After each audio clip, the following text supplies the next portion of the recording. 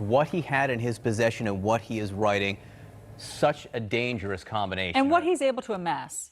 I mean, what he's able to amass. I just think that we just need to point that out this morning, that, you know, I think it's so absurd that he says, oh, it's all a joke. He was allowed to buy those assault weapons, semi-automatic, tons of rifles, tons of ammo, body armor. What did people think he was going to do with it? And again, this is urgent and is demanding immediate action. We're hearing from our political leaders they want to take immediate action. They just need to prove it. Joining us now are April Ryan, White House correspondent at American Urban Radio Network's Toluse Olorunnipa, White House reporter at The Washington Post, and Angela Rye, a CNN political commentator. I want to play for you what President Trump is now saying about where things stand with political movement in the issue of background checks, which the president claims he is supportive of. Listen to what the president says. I am convinced that Mitch wants to do something. I've spoken to Mitch McConnell. He's a good man. He wants to do something. He wants to do it, I think, very strongly. He wants to do background checks, and I do too, and I think a lot of Republicans do. The problem is McConnell's people tell CNN that he hasn't promised anything other than to talk about background checks. We don't have any reason to believe that McConnell is supportive of background checks. So, Toluse, you were with the president yesterday. You were the author of some famous pool reports yesterday. They got a lot of buzz.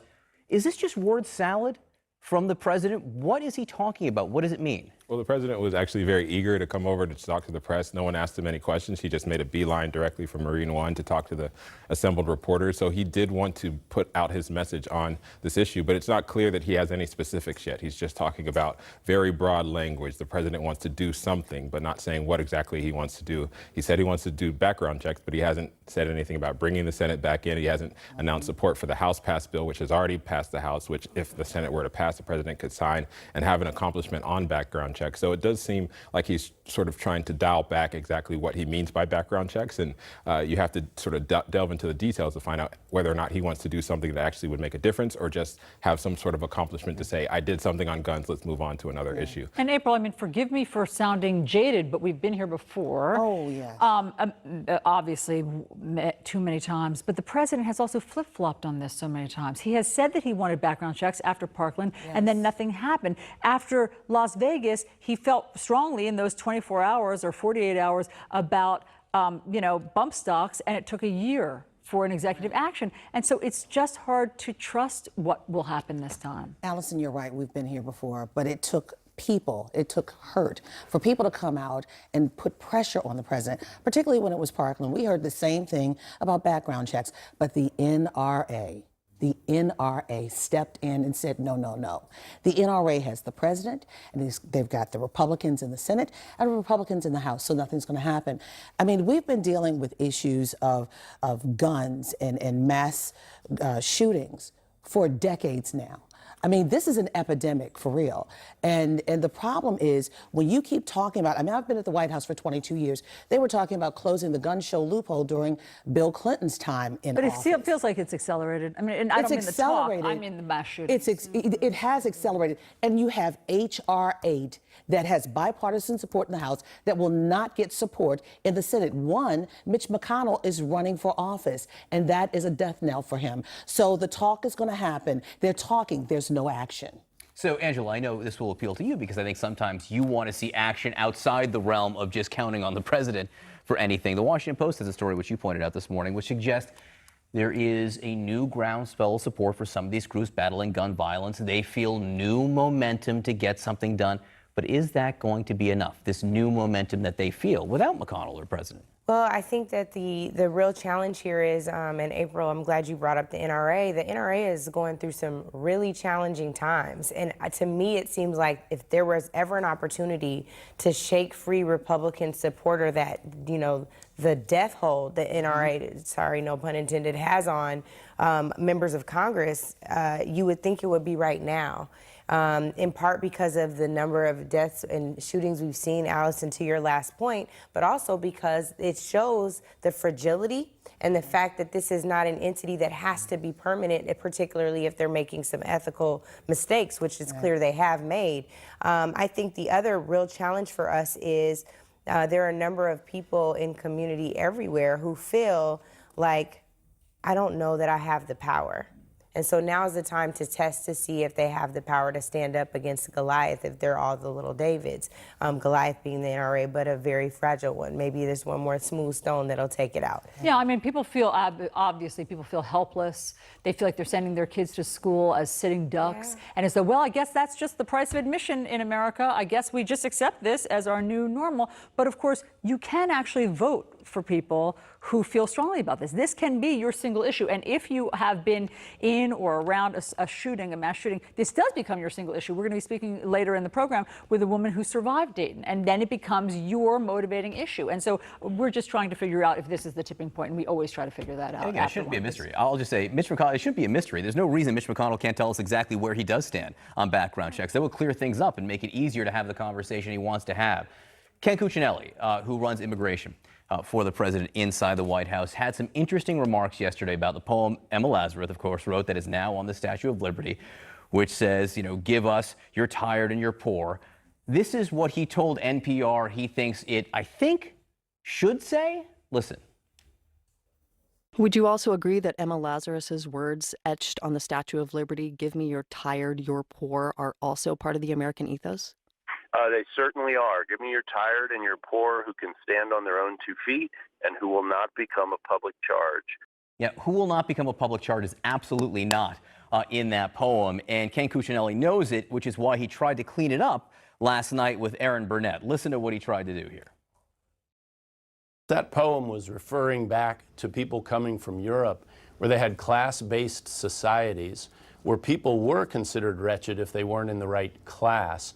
And it was introduced, it was written 1 year after the first federal public charge rule was written, that says, and I'll quote it, any person unable to take care of himself without becoming a public charge, unquote, would be inadmissible. Huh? How does that clear that up, Angela? John. Yes. I can't wait for this one. Yeah.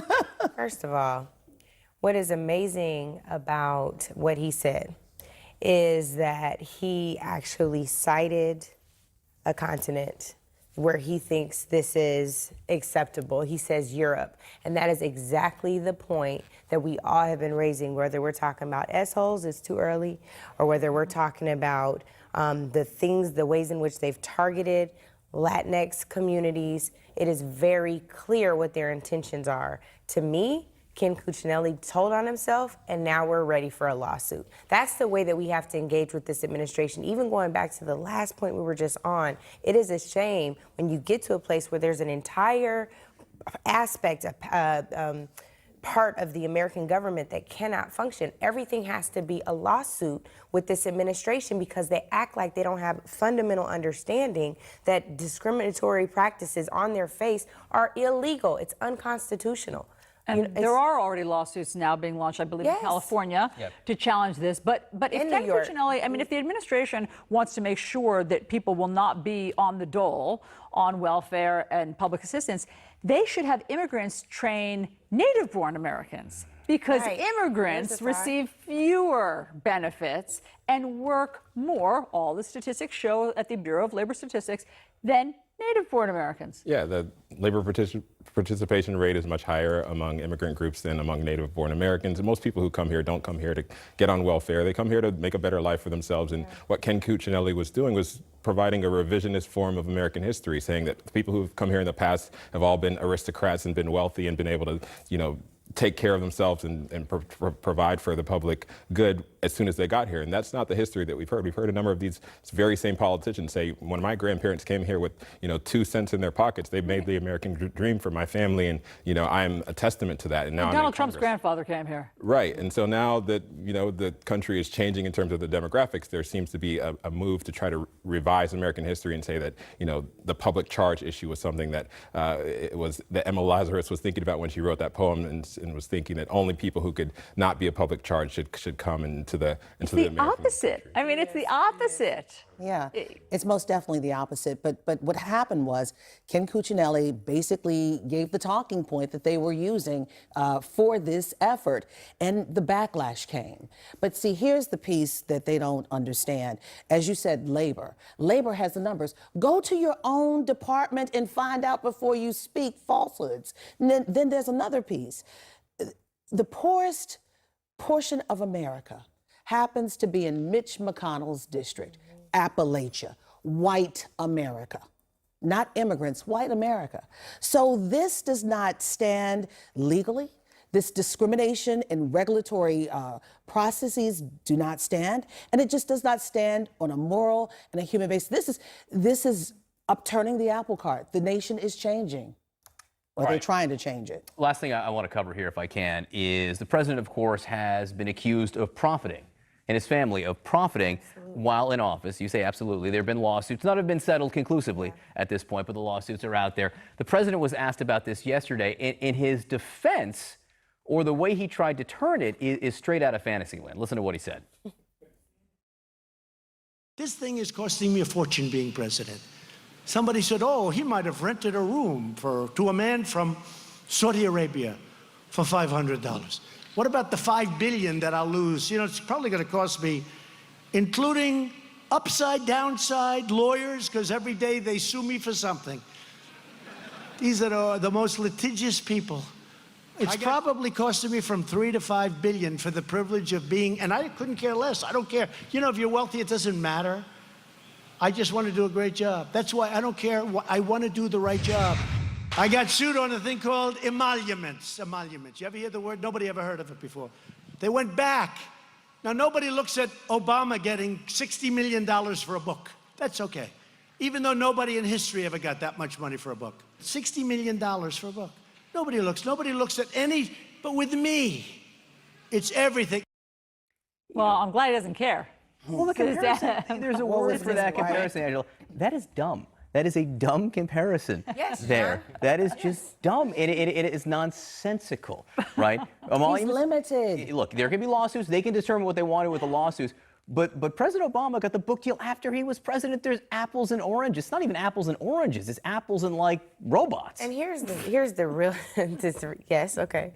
Okay, John. But I think the real challenge here is I think there's a fundamental lack of understanding for how government works. The other challenge we have is, unlike Donald Trump, Barack Obama actually had a White House counsel and ethics governance that he followed, practices that he followed, whereas this administration regularly breaks laws, breaks rules, like just runs afoul of the rules. The fact that he sees it as not that big of a deal when you're wealthy to not take all this money, but the Trump campaign regularly spends money with Trump properties. He's benefiting. The fact that hundreds of millions of dollars, we should say.